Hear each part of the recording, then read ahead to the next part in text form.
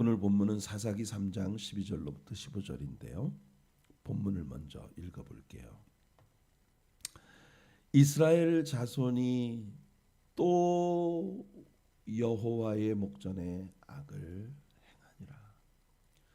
자, 이 또라는 단어가 우리들의 가슴에 정말 고구마 한 100개 먹은 것 같은 그런 가슴을 꽉 메이게 만드는 무슨 의미가 있죠, 그렇죠? 네, 사사기 안에 계속해서 흘러가고 있는 서클, 사사기 안에 계속 흘러가고 있는 일종의 악순환의 굴렁쇠, 또 굴러가기 시작하는. 자, 우리가 첫 번째 사사 온니엘에 대하여 이야기를 했고요. 그 온니엘이라는 인물이 출현하기 전 메소포타미아의 왕이었던 쿠산 리사다임, 아주 정말 그 배나 악한 쿠샨이라는 이름을 갖고 있었던 그 구산 리사다임에게 하나님께서 이스라엘 백성들을 팔아버리셨다고 할 정도로 그렇게 아주 우상 숭배에 깊이 빠져서 하나님을 배신하고 죄악 가운데 행했던 이스라엘을 향한 하나님의 긍휼히 여겨주시는 사랑이, 그들이 확실히 회개했다고 하는 어떤 증거도 없었어요. 그냥 하나님 앞에 살려달라고 울부짖는 그 자체만으로도 하나님께서 그들을 불쌍히 여기사 온니엘을 통해 그들에게 구원을 주셨잖아요. 그때 당시에는 8년 동안을 조공을 바치고 종으로 살다가 8년 만에 온니엘에 의해서 구원을 받은 그 장면을 우리가 어제 아침에 같이 나누었는데, 오늘 또다시 이스라엘 사람들이 여호와의 목전에 악을 행하고 있네요. 당연히 이스라엘 자손이 여호와의 목전에 악을 행할 때 이번에는요 모압입니다. 모압. 여호와께서 모압 왕 에글론을 강성하게 하사 그들을 쳐서 그들을 대적하게 하심에, 에글론이 모압 왕 에글론이 암몬과 아말렉 자손들을 모아가지고 와서 이스라엘을 쳐서 종려나무 성읍을 점령한지라. 이에 이스라엘 자손이 모압 왕 에글론을 18해 동안, 18해라고 하니까 여러분 이 앞전에 메소포타미아의 쿠산 리사다임에게 점령을 당해서 조공을 바치는 그런 종살이를 했던 게 8년이었다고 했는데 2배가 넘는 시간으로 점프를 했습니다. 18해 동안을 이스라엘 사람들이 모압 왕 에글론을 섬겨야 했다. 이 모압 왕 에글론을 섬긴다는 것은 해마다 정례적으로 조공을 바치고 열심히 농사짓고 열심히 돈 벌어서 이 모압 왕에게 다 갖다 바쳐야 되는 노예와 같은 그런 삶에 빠져 있었다는 걸 우리에게 보여줍니다. 자, 이제 이렇게까지 모압 왕의 손에 의해서 유린당하고 아픔을 겪고 난 후에 이스라엘 자손은 여호와께 또 부르짖기 시작합니다. 굉장히 답답하고 어려운 현실이 오니까 여호와 하나님 앞에 부르짖기 시작했어요. 또다시 여기 어디에도 이스라엘 사람들이 회개했다는 이야기는 없습니다. 그냥 여호와께 살려달라고 부르짖기만 했어요. 여호와께서 그들을 위하여 또 한 구원자, 딜리버러를, 사사를 세우셨습니다. 그는 곧 베냐민 사람. 자, 이 앞에 온니엘은 유다 지파의 사람이었는데 이번에는 베냐민 지파, 유다의 바로 이웃에 있었던 베냐민 지파 사람 게라의 아들 왼손잡이 에훗이라. 왼손잡이 에훗이라는 인물을 세웠습니다. 이스라엘 자손이 그를 통하여 모압 왕 에글론에게 공물을 바칠 때에, 오늘은 여기까지만 본문을 삼습니다. 16절 이하에 나오는 이 에훗이라고 하는 왼손잡이가 어떻게 모압 왕 에글론의 압제 아래에서 이스라엘을 구하는지, 그런 내용은 우리가 내일 다루게 될 거예요. 오늘은 이 왼손잡이 에훗이라는 인물에 대한 이야기까지만 우리가 얘기를 해보겠습니다. 자, 메소포타미아의 쿠산 리사다임에게 8년 동안 압제를 받다가 하나님께서 온니엘이라고 하는 갈렙의 조카이며 사위가 된 이 온니엘이라고 하는 사람을 사사로 세우셔서 이제 겨우 쿠산 리사다임의 손으로부터 벗어났어요. 근데 이번에는 모압과 암몬과 아말렉 족속이 또다시 이스라엘을 점령하여 정복하여 이스라엘 사람들로 하여금 조공을 바치게 하고 종살이를 하게 만들고 있습니다. 자, 메소포타미아는 과거에 그들의 조상 아브라함이 살고 있었던 그 지역이란 말이에요. 그러니까 사실 뭐 이스라엘 사람들과는 사실상 이스라엘이라고 하는 나라, 이게 히브리 민족의 뿌리가 되어졌었던 그런 그 나라가 이스라엘을 공격했어요. 이번에는요, 모압과 암몬과 아말렉이 이스라엘을 괴롭힙니다. 여러분, 모압은 누구예요? 암몬은 누구예요? 바로 이스라엘과 친척들입니다. 왜 그러냐면 이스라엘의 조상인 아브라함의 조카 롯의 후손들이 바로 모압과 암몬이거든요. 그리고 이 아말렉 족속은요, 에서의 후손들입니다. 야곱의 형제였던 에서의 후손들이에요. 그러니까 이 에돔 족속과 함께 이 아말렉 족속도 에서로부터 나온 그런 종족이거든요. 그러니까 메소포타미아와는 달리 이번에 이스라엘을 공격해서 이스라엘을 괴롭히는 건 이스라엘의 친척들입니다. 그러니까 뭔가 굉장히 메소포타미아보다는 가까이 있었던 그런 사람들이에요. 그런데 하나님께서 이 이스라엘의 인척 관계에 있지만 모압과 암몬은 아예 이스라엘의 총회에 들어올 수 없다. 이 사람들은 죽었다 깨나도 이스라엘 사람으로 귀화될 수 없다. 이렇게 하나님이 못을 박은 사람들이에요. 근데 우리는 알죠.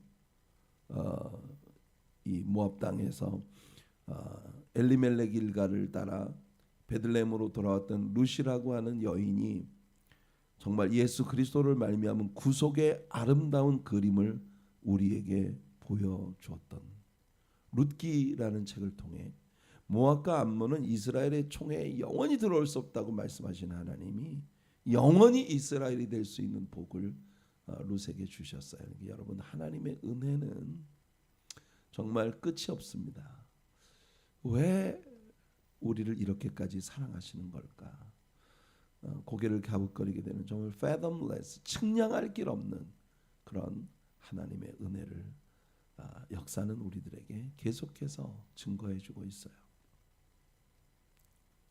아말렉과는 하나님이 영원히 대대로 싸우겠다. 아말렉 족속과는 절대로 화친을 하지 말아라까지 하나님 말씀하셨거든요. 이 사람들이 다 이스라엘의 친척 나라들입니다. 모압 왕 에글론은 연합군을 형성을 해서 소위 종려나무 성읍이라고 불리워지는 종려나무 성읍이란 여리고를 말하는데요. 이 여리고의 본부를 세우고 이스라엘을 공격해 옵니다. 자, 신명기 34장 3절을 보면 네게브는 이 가나안과 애굽의 국경 지대인 사막 지대입니다. 그리고 종려나무의 성읍 즉 여리고 골짜기 평지를 소알까지 보이시고 이 지경에 있었던 여리고라고 하는 도시를 종려나무의 성읍이라고 부르신 것은 여리고라는 땅이 일종의 그 시대의 오아시스였다. 그런 의미입니다. 그 시대의 오아시스였던 여리고, 온천도 있고 뭐 이런 그 유흥지이면서 굉장히 사막을 여행하는 나그네들에게 아주 희망이 되는 그런 오아시스가 있었던 그런 지역이에요. 여리고가. 그런데 여호수아 6장 26절을 보면 여리고에 대해서 여호수아가 말합니다. 여호수아가 그때 맹세하게 하여 이르되 누구든지 일어나서 이 여리고 성을 건축하는 자는, 여리고 성을 이 여호수아 6장이면은 여리고 성을 정복하고 난 후의 이야기입니다. 여리고 성을 정복하고 난 후 여리고 성이 무너졌잖아요, 그죠? 하나님에 의해서 일곱 바퀴 하루에 한 바퀴씩 돌고 일회째 되는 날 일곱 바퀴를 돌고 함성을 지를 때 여리고 성벽이 완전히 무너졌거든요. 그 하나님이 무너뜨리신 여리고를 다시 건축하는 자는 여호와 앞에서 저주를 받을 것이라. 그 기초를 쌓을 때 맏아들을 잃을 것이고 그 문을 세울 때 막내 아들을 잃게 되리라. 우리는 이때 역사 속에서 여리고를 훗날 재건했던 사람이 이 예언의 말씀 1.1획도 틀림없이 이렇게 아주 하나님의 저주를 받은 그런 케이스를 우리가 이야기했어요. 아직까지 이 시점까지는 여리고가 재건되었다는 징후는 없지만 이 여리고라는 도성이 군사작전을 펼치기에는 아주 아이디얼한 그런 도성이었거든요. 왜냐하면 여기 물이 아주 넉넉한 그런 지역이어서 군사들의 진영을 거기에 세팅을 하기에 아주 좋은 그런 지역이었던 거야. 그래서 모압 왕 에글론은 여리고에 작전 본부를 두고 이 여리고를 중심으로 해서 이스라엘을 공격해 온 겁니다. 성경은 우리들에게 18해 동안 18년 동안 에글론에게 짓밟힌 유다 백성들의 고통을 우리들에게 보여줍니다. 분명히 모압은 유대인들에게 피를 나눈 친척이면서도 동시에 아주 오랫동안 이스라엘의 대적이 되어온 그런 아주 특별한 자들인데 그들의 발밑에 짓밟히는 일은 아마 전혀 생면부지의 이방인에게 공격을 당하는 것보다도 훨씬 더 짜증나고 정말 어려운 그런 고통을 주는 일이었을 거라고 생각을 합니다. 자, 이 고통 가운데 당연히 이스라엘 백성들은 하나님께 또 부르짖기 시작합니다.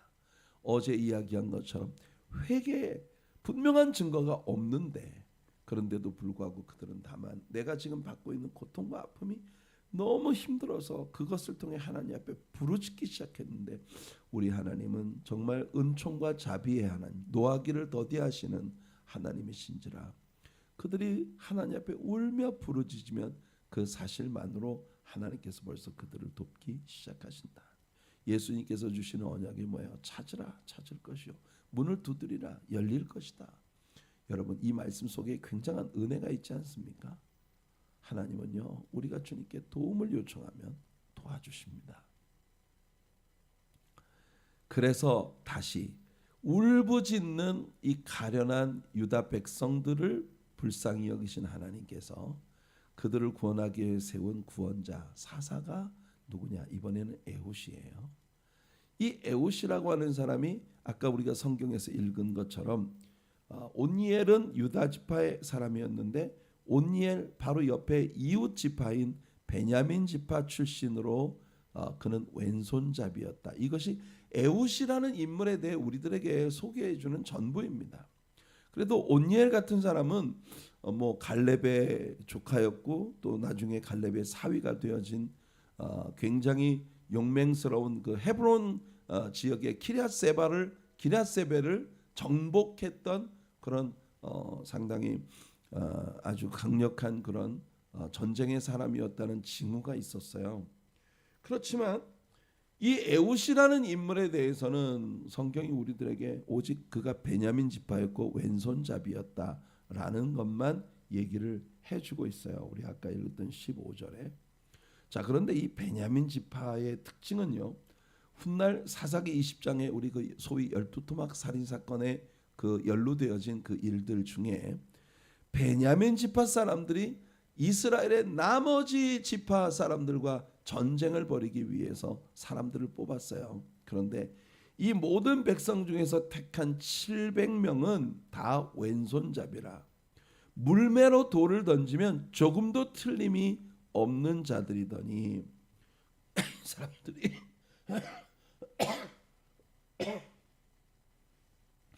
죄송합니다. 기침을 하면 목에서 피 냄새가 올라와요. 그게 너무 힘들어요. 이게 기침이 안 나기를 정말 간절히 바라면서, 이게 베냐민 지파 사람들 중에서 700명을 나머지 모든 11지파의 사람들과 동족 상잔의 비극이 벌어지는 그 광경인데, 여기에서 독특한 게 베냐민 지파에서 700명을 군사들을 뽑았는데 이 사람들이 다 왼손잡이였다 이렇게 말하고 있거든요. 왼손잡이. 이 사람들이 물매로 돌을 던지면 조금 더 틀림이 없는 자들. 이상하게 베냐민 지파 사람들은요, 왼손을 잘 썼던 모양이에요. 근데 이게 그냥 왼손만 잘 쓰는 게 아니라 오른손도 잘 쓰면서, 그러니까 쉽게 얘기하면 양손잡이예요. 이게 베냐민 지파의 특징이었던 것 같아요. 이 사람들은 어려서부터 부모들이 양손을 다 잘 쓸 수 있도록 그렇게 훈련을 시켰었던 모양입니다. 그래서 역대상 12장 2절을 보면 그들은, 이 베냐민 지파의 사람들이 활을 가지고 좌우 손을 놀려 물매도 던지고 화살도 쏘는 자요 베냐민 지파 사울의 동족인데 그 이름은 이러하니라 하면서, 이 베냐민 지파 출신의 사람들에 대한 이야기를 할 때 이 사람들이 양손을 다 잘 쓰는 사람들이었다라고 이렇게 묘사를 하고 있거든요. 양손을 다 잘 쓴다는 것은 굉장히 아주 특별한 그 혜택이었을 수 있어요. 제가 아주 좋아하는 손흥민 선수의 특징이 뭐냐면 양발을 다 잘 쓴다는 겁니다. 오른발이나 왼발이나 어떤 발이 주발이고 어떤 발이 약발이고 이거 없이 그냥 양발을 다 자유자재로 사용할 수 있다는 게 이 손흥민 선수의 특징이거든요. 페널티 박스의 오른쪽 왼쪽 양쪽 구석에서 양발을 사용해서 아무 발로나 소위 가마차기를 하면 골키퍼가 알고도 막을 수 없는 정말 마구 같은 그런 골을 넣을 수 있는 게 이 손흥민 선수의 특징이에요. 그래서 이 영국의 축구 전문가들이 아주 손흥민 선수를 높게 평가하는 이유가 바로 그겁니다. 그러니까 한쪽 발만 쓰는 게 아니라 양발을 다 자유자재로 쓸 수 있는, 그게 굉장한 혜택인데, 여기 보면은 베냐민 지파 사울의 동족들로서 이 전쟁에 나온 사람들의 특징이 양손을 다 잘 쓰는 사람들이었다, 그런 말이거든요. 그런데 오늘 우리들의 본문에 나오는 왼손잡이라는 말에 굉장히 중요한 비밀이 하나 숨어 있습니다.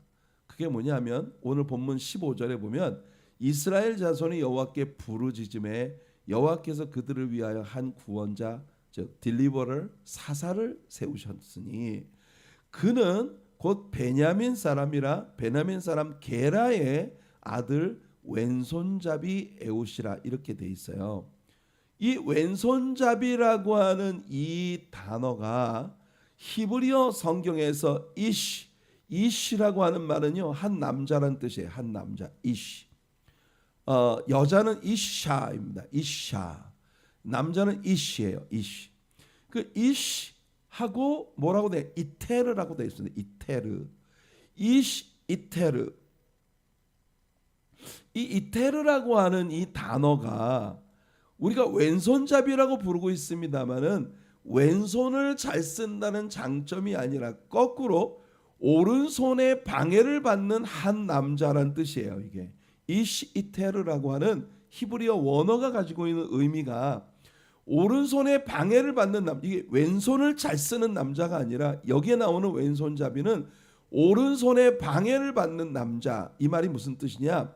오른손에 장애가 있는, 오른손에 치명적인 약점이 있는 한 남자였다, 그 뜻이에요. 이 사람이 왼손을 잘 쓰는 이유가 왼손 오른손 아까 나왔던 베냐민 지파 사람들의 일반적인 특징인 양손을 다 잘 쓰는 특징을 가진 사람이 아니라 이 사람은요 원래 오른손잡이인데 오른손에 뭔가 장애가 있어요. 그러니까 이 사람을 쉽게 이야기하면 핸디캡입니다. 그러니까 이 말을요 영어 성경은 어떻게 번역을 하느냐면 A man handicapped in the right hand. 그러니까 오른손에 장애가 있는 남자다 이 뜻이에요. 이시 이테르라고 하는 이 단어가 A man handicapped in the right hand, 그의 오른손에 아주 치명적인 약점이 있어서 왼손밖에는 쓸 수 없는 남자란 그런 뜻이에요. 그러니까 여러분 이게 비밀인 거예요. 에웃이라는 인물에 대해서는 성경이 우리들에게 뭘 별로 얘기해 주는 게 없어요. 그러니까 왼손을 잘 쓰는 게 아니라 오른손을 쓸 수 없어서 왼손밖에 못 쓰는 그러니까 이 사람은 뭔가 전쟁터에 나갈 군인으로서는 아주 치명적인 약점을 가지고 있는 그런 인물이었다. 이 세상은 육체의 장애를 가진 사람들에게 참 공평하지 않습니다. 그래도 우리가 사는 미국 땅은 장애를 가진 이들에 대한 배려가 참 많은 편이죠. 어디를 가도 저는 그런 모습을 보면 굉장히 마음이 행복해집니다. 이 미국이라는 나라가 굉장히 그 배려가 있고 그런 나라라고 하는 것에 대해서 참 고마움을 느껴요. 특별히 장애를 가진 사람은 주님의 일에 쓰임을 받을 수 없다는 사상이 유대 사회에 만연되어 있었던 사상이에요. 그래서 우리는 성경 가운데서 제사장의 규례 가운데 그 제사장이 될 수 있는 사람들은 육체의 장애를 가지고 있으면 안 된다고 하는 그런 항목이 있었던 것을 우리는 기억합니다. 그런데 이와 같은 사상을 가지고 있었던 유대 사회에서 하나님이 기꺼이 들어쓰는 사람이 바로 그 시대에 치명적 장애를 가지고 있었던 사람이 하나님의 손에 붙들려서 하나님의 딜리버럴 구원자 사사로 하나님께 쓰임을 받았다는 이 사실은 하나님께서 일종의 파격을 보여주신 그런 장면이었다고 우리는 깨닫게 되는 겁니다. 여러분 이 에웃은요 physically disabled 된 그런 인물이었어요. 하지만 여러분 physically disabled 됐으나 이 사람은요 영적으로 굉장히 하나님께 붙들려 쓰임 받는 위대한 인물이었어요. 여러분 이 에웃의 전략에 대해서는 내일 우리가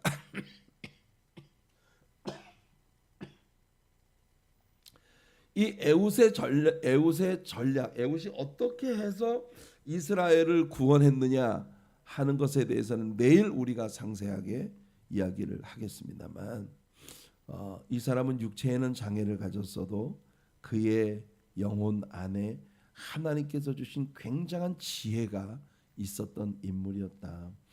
어떻게 에웃이 모압 왕 에글론을 죽이고 그리고 이스라엘의 대성을 가져왔는가 하는 그런 부분은 우리가 내일 이야기를 하겠습니다만은 오늘 우리들의 말씀이 우리에게 주는 아주 강력한 교훈은 바로 이겁니다. 여러분 에웃은 육신적인 장애가 있었지만 오늘 이 시대를 살아가고 있는 우리 많은 사람들이 육신의 뿐만 아니라 우리들의 영혼에 장애가 있어요. 굉장히 오늘 현대 사회는요 뭔가가 마음속에 응어려진 상처가 우리들을 굉장히 이상한 특징을 가진 사람들이 되게 만드는 그런 경우들이 참 많아요. 이 시대에도 오른손잡이가 굉장히 그 보편성을 가지고 있었던 시대인데 베냐민 지파 사람들은 왼손 오른손을 다 잘 쓸 수 있다는 것이 굉장히 중요한 특징이었으나 베냐민 지파의 에웃이라는 이 인물은 오른손에 장애가 있어서 왼손밖에 쓸 수가 없다. 근데 오늘 이 시대에도 있잖아요. 왼손을 잘 쓰는 사람이 특별한 대우를 받는 부분들이 있어요. 여러분 그 야구 투수들 가운데 보면은 왼손잡이를 사우스포라고 부릅니다.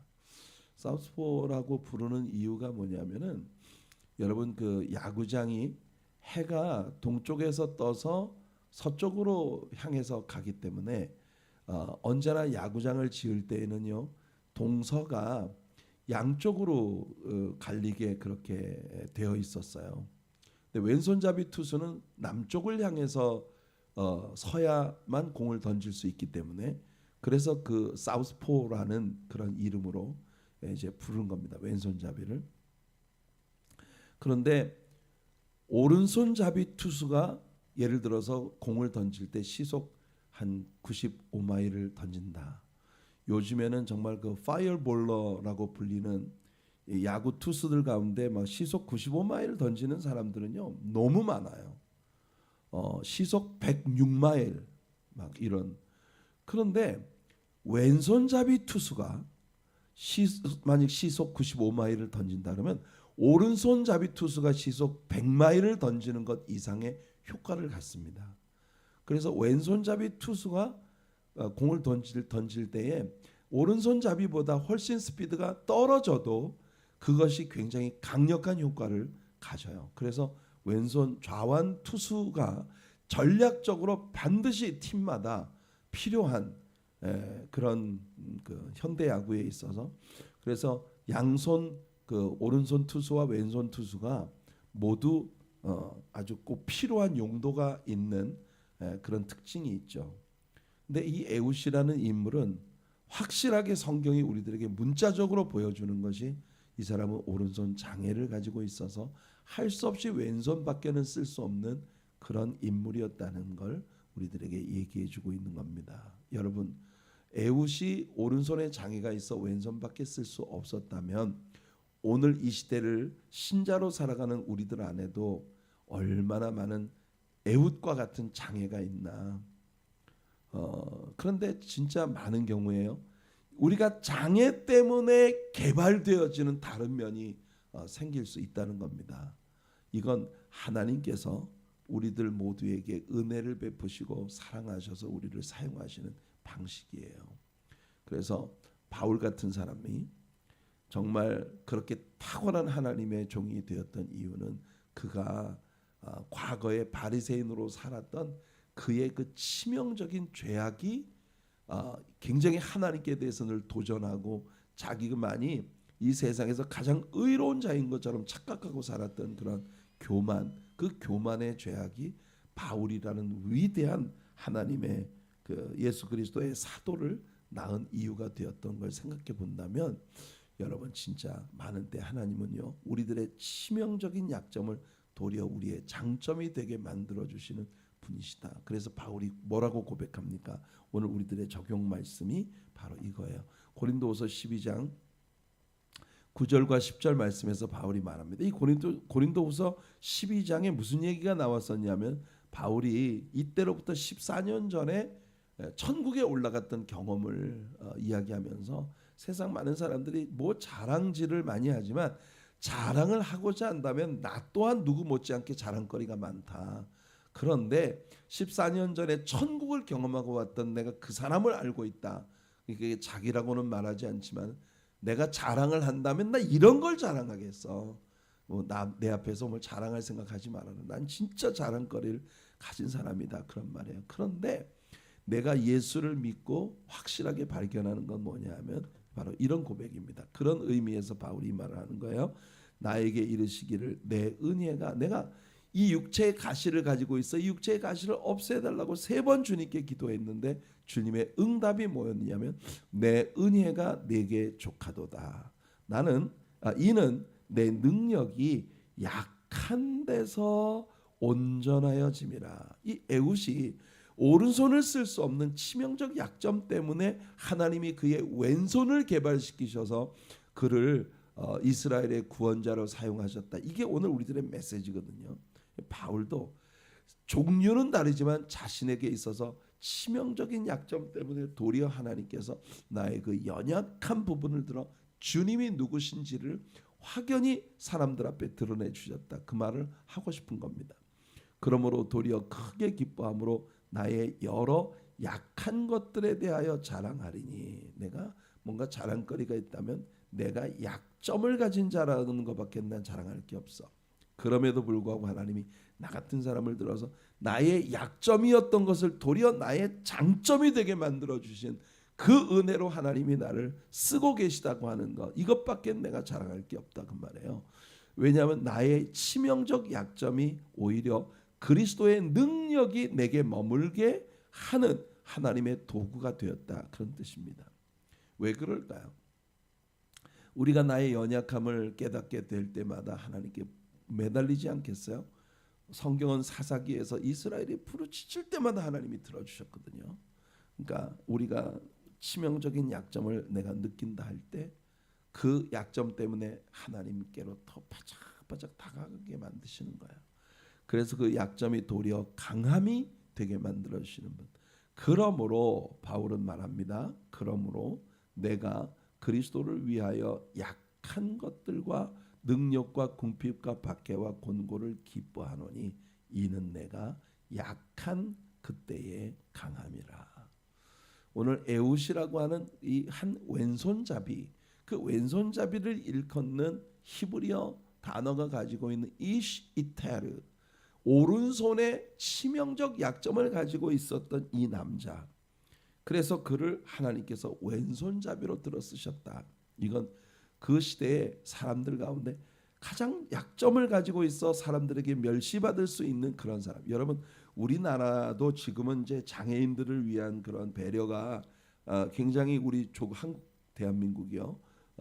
굉장히 이제 많아졌어요. 어디를 가든지 장애인들에게 우선적인 혜택을 제공하는 그런 이제 편의 시설 같은 것들도 이제 많아지고 그렇게 하고 있습니다만, 과거에는 말이에요, 저처럼 안경을 쓴 사람이 아침에 택시를 잡는 게 굉장히 어려운 때가 있었어요. 왜냐하면 택시 운전사들이 아침에 첫 손님으로 안경 낀 사람을 태우면 아주 하루 종일 재수가 없다, 이런 생각을 가졌던 시대가, 여러분 우리가 대학생 시절에 그런 때가 있었다니까요.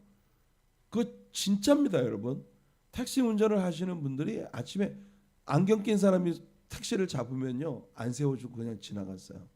그것도 장애라고 생각을 해서 아침에 첫 손님으로 안경 낀 사람이 타면 하루 종일 재수가 없다, 이상한 손님만 탄다, 뭐 이런 굉장히 미신적인 그런 생각입니다. 약간의 징크스 같은 그런 거겠죠. 그렇지만 여러분, 우리 하나님은요, 우리가 가진 약점을 도리어 아주 매력적인 하나님의 능력을 나타내는 그런 장점으로 바꿔주시는 주님이시다. 오늘 아침 여러분, 이 진리를 주님께 붙잡읍시다. 여러분들이 어떤 면에서 약하다고 생각하시는 분이 계시죠? 그게 여러분들의 매력이 될 수 있습니다. 하나님은요, 그런 일에 주특기를 가지신 분이세요. 하나님은 우리의 치명적인 약점을 도리어 그 약점 때문에 하나님이 나를 붙들어 쓰실 수 있는 아주 아름다운 도구가 되게 만들어 주시는 그 부분의 전문가이십니다. 여러분, 약한 데가 있으신가요? 나의 치명적 약점이 있나요? 하나님께 내려놓읍시다. 에훗처럼 하나님이 우리를 써주시는 그런 은혜가 우리의 삶에 충만하기를 예수님의 이름으로 축복해 드립니다.